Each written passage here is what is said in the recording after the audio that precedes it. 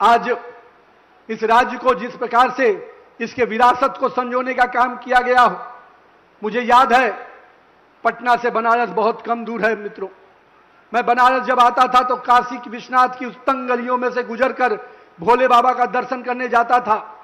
मेरे मन में एक अलग ही हीन भावना आती थी कि आज हमारे भोले बाबा को किस प्रकार से तंग गलियों में सिकुड़ दिया गया है।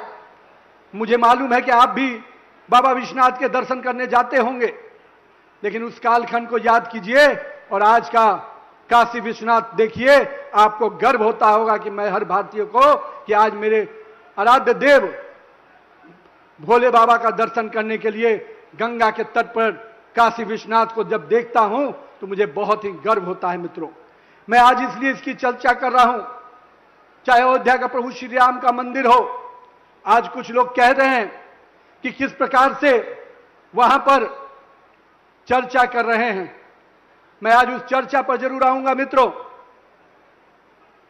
ये वही लोग हैं जिन्होंने प्रभु श्री राम के होने के अस्तित्व पर सवाल उठाया था, सुप्रीम कोर्ट में हल्फनामा दायर किया था कि प्रभु श्री राम एक काल्पनिक चीज हैं। उन्होंने कहा था कि श्री राम सेतु के होने पर सवाल उठाया था। ये वही लोग हैं, ये वही लोग हैं जिन्होंने कार सेवकों पे गोलियां चलाई थी और खून की नदियां बही थी इसी अयोध्या के पवित्र नगरी पर। आज वो बात करते हैं, आस्था की बात करते हैं, और ये घड़ियाली आंसू बहाने वाले लोग कभी हिंदू धर्म की आस्था के पर बात उठा ही नहीं सकते।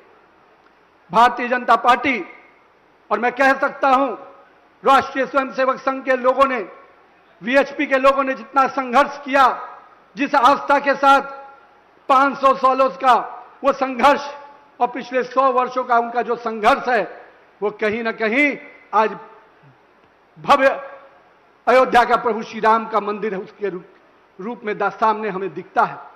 मैं आज आपके सामने स्पष्ट कहना चाहता हूं मित्रों कि जो लोग आज सवाल उठाते हैं, हमारा खून भी बह जाएगा, पर हम इस बात की चिंता करेंगे कि कोई प्रभु श्री राम के मंदिर के आस्था के साथ कोई खेल ही नहीं सकता। इसके लिए चाहे जितनी भी कुर्बानी देने होगी हम तेरे को तैयार।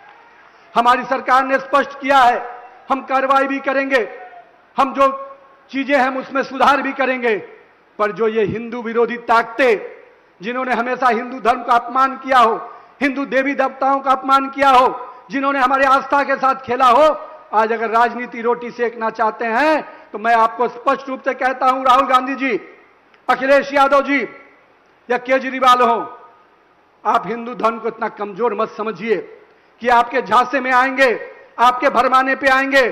हमने देखा है जब हिंदू देवी देवताओं का अपमान होता है तो आप मौन रहते हैं। हमने देखा है तमिलनाडु में जब हिंदू देवी पूजा की पद्धति पर सवाल उठता है तो आपके शागिर्द अपमानित करते हैं, आप चुप रहते हैं। बिहार में जब रामचरितमानस का अपमान हुआ उस समय कांग्रेस के लोग मौन बैठे हुए थे। वहां के सरकार के मंत्री ने जिस प्रकार से अपमानित शब्दों का प्रयोग किया था, और यहां के मुख्यमंत्री जो उस समय के थे, मुझे वो बात दिन याद है किस प्रकार से चीजें हुई थी। मेरे पिताजी भी कार सेवक के रूप में पटना से चले थे, 2 महीने तक जेल में रहना पड़ा था और हम लोग घर में रहते थे। हमें लगता था कब मेरे पिताजी लौट के आएंगे। मैं उस समय मुश्किल से 10-11 साल का रहा हूंगा। हमारे घर में समझ में नहीं आता था कि पिताजी जिस उद्देश्य से गए हैं लौटेंगे कि नहीं लौटेंगे। 2-2 महीने जेल रहे और हमसे हमारी आस्था का सवाल उठाओगे। अरे हमने तो जितनी कुर्बानी दी है, जितनी शहादत दी है, तुम्हारा खानदान भी कभी उतनी शहादत और कुर्बानी का पछतावा नहीं कर सकता है मित्रों। आपने तो खून की नदियां बहाई हैं। आपकी विरासत हिंदुओं पे गोली चलाने की रही है और हमारी विरासत अपने देवी देवताओं के आस्था के लिए कुर्बान होने की रही है मित्रों।